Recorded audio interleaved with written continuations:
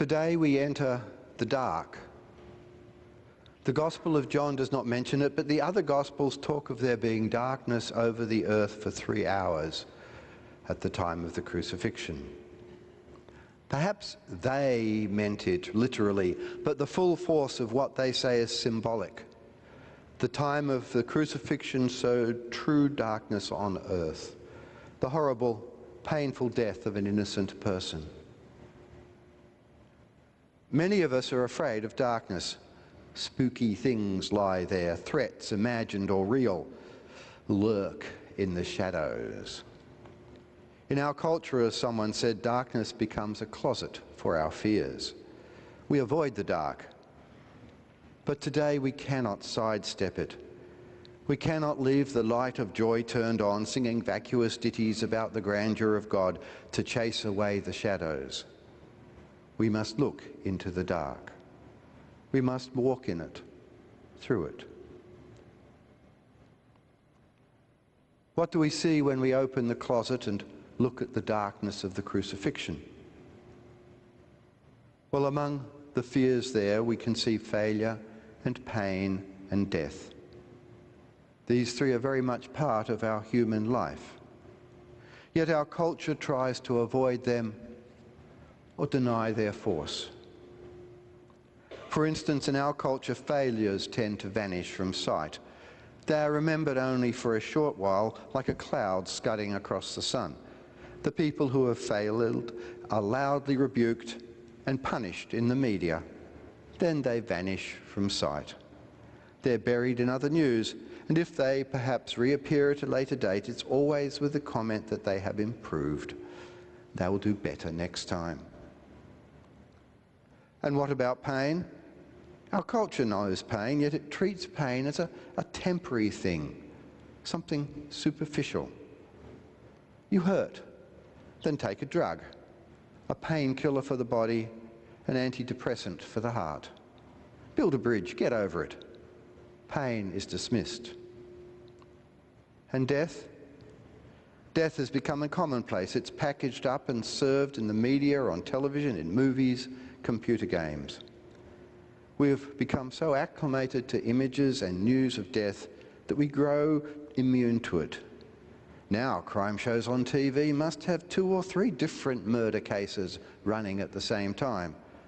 Or news chooses to show images that are more and more gruesome to have an effect on us.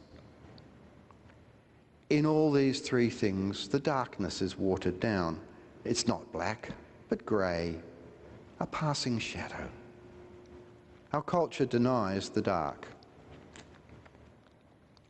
But if you have felt the dark in your life, or perhaps are feeling it now, then you know that our culture is wrong.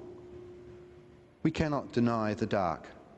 Particularly on this day, we cannot deny the dark. Jesus on that first Good Friday looked like a failure. He'd been deserted by his followers. One of them had even betrayed him. The crowds had preferred a small-time terrorist called Barabbas to him. His whole life, all his teachings and the healings, the care, the high points, had come to nothing.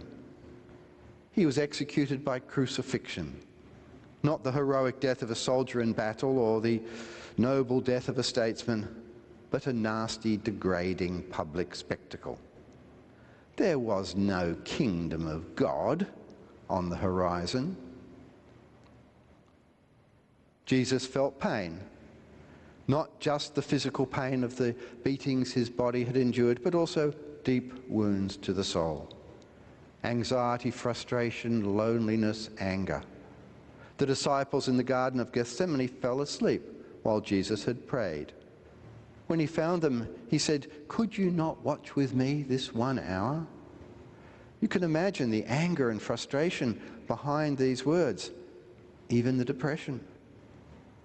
Anxiety is present in the request, "Father, if it is possible, take this cup from me."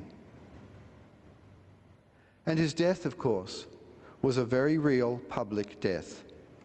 Some early Christians tried to sidestep this. For instance, one group suggested that Jesus had an identical twin who was mistakenly crucified in place of him, while Jesus sat by and laughed. Who would worship such a trickster?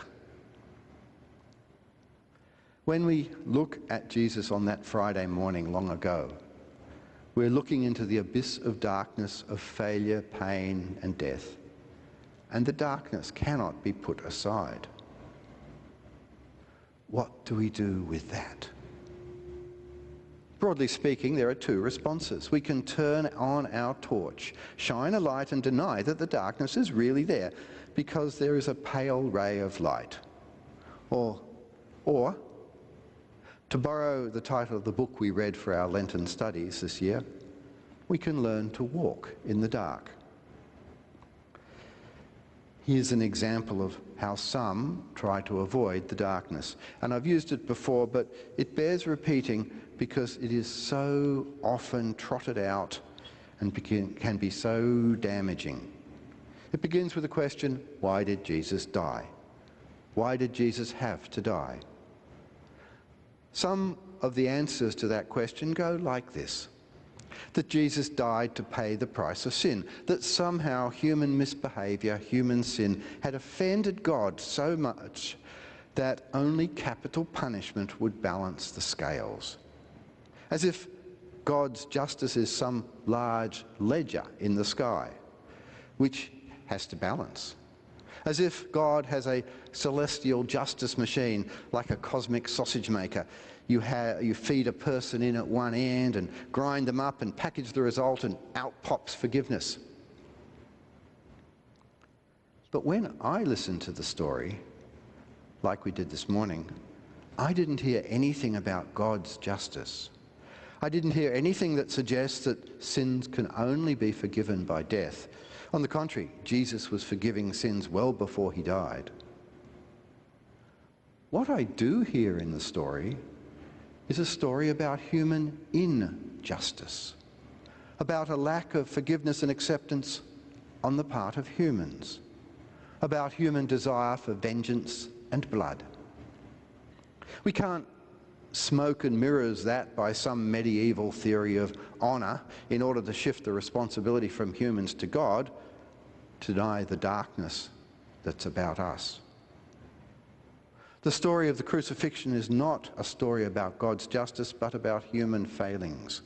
It is not a story to make us fear the darkness of a wrathful God. It's a story about the darkness of the human soul, a darkness that can commit all manner of atrocities and then pretend that they were not our fault. A darkness that most of us would prefer to avoid than to fail to recognize. The story highlights our dark side. Take Peter, the most enthusiastic of the disciples, one of the closest to Jesus.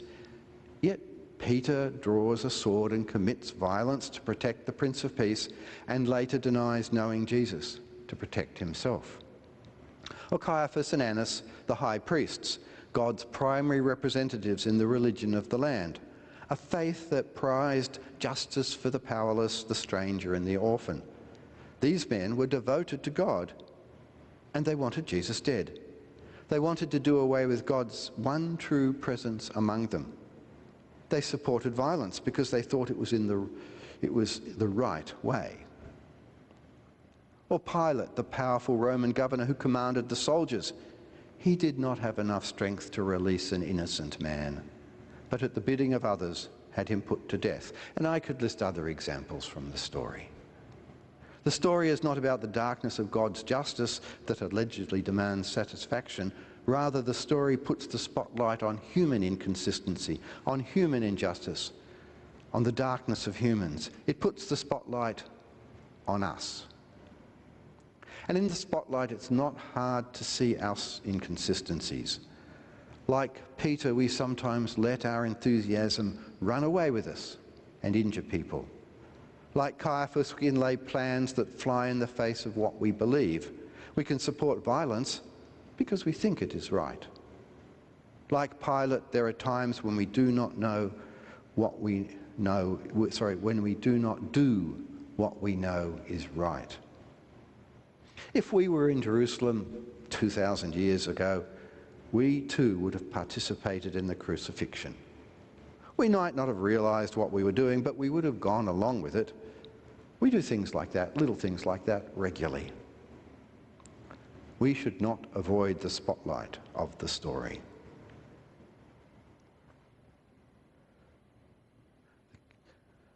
The capability to put the God of love to death is deeply embedded in each of us. The death of Jesus shows us what we are like. The death of Jesus shows us the darkness of our own hearts and souls. And the first step of learning to walk in the dark is to acknowledge the reality of the dark. That's what we do today. The dark. That may be where our reading for today ends, but we know it's not the end of the story. We learn on Sunday that there is a resurrection for Jesus, that death did not have the final word. We learn that for us, there is resurrection, forgiveness, and reconciliation with God and with others. The cross that shows us our inconsistency also shows us the way through the dark.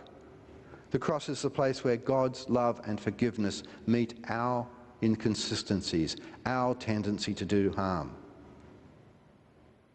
By showing us what we are like and showing us what God in human form is like, we can see the way ahead, the example of Jesus. And that gives us hope because we are accepted and we are loved. But that message is for Sunday. Today we are at Good Friday and we have to wait to hear that message. And if you've travelled through the dark, you know that it just doesn't go away. You know that you have to live in it for a time before the message of hope comes. So let's go back to our reading for Good Friday. In our lives we often experience the dark, failure, pain, death. We suffer these things and we also contribute to them. We tend to bottle up these things inside of us. And today is a day when we can bring that out into the open. Our failures, our pain, our losses, our betrayals, our deaths. After the next hymn, we will have the Liturgy of Sorrows. We invite you to call to mind some deep experience of the dark that you have experienced recently, something that looms large in your mind. It may be a hurt that you have suffered, or a hurt you have inflicted on another person. Take this experience and imagine it as the nail you hold in your hand. Come forward to the cross, one by one, bring your nail, touch the cross, remember your hurt. You may say it aloud if you wish. And then place the nail onto the stones at the foot of the cross. Leave the hurt with God and know that Easter will come.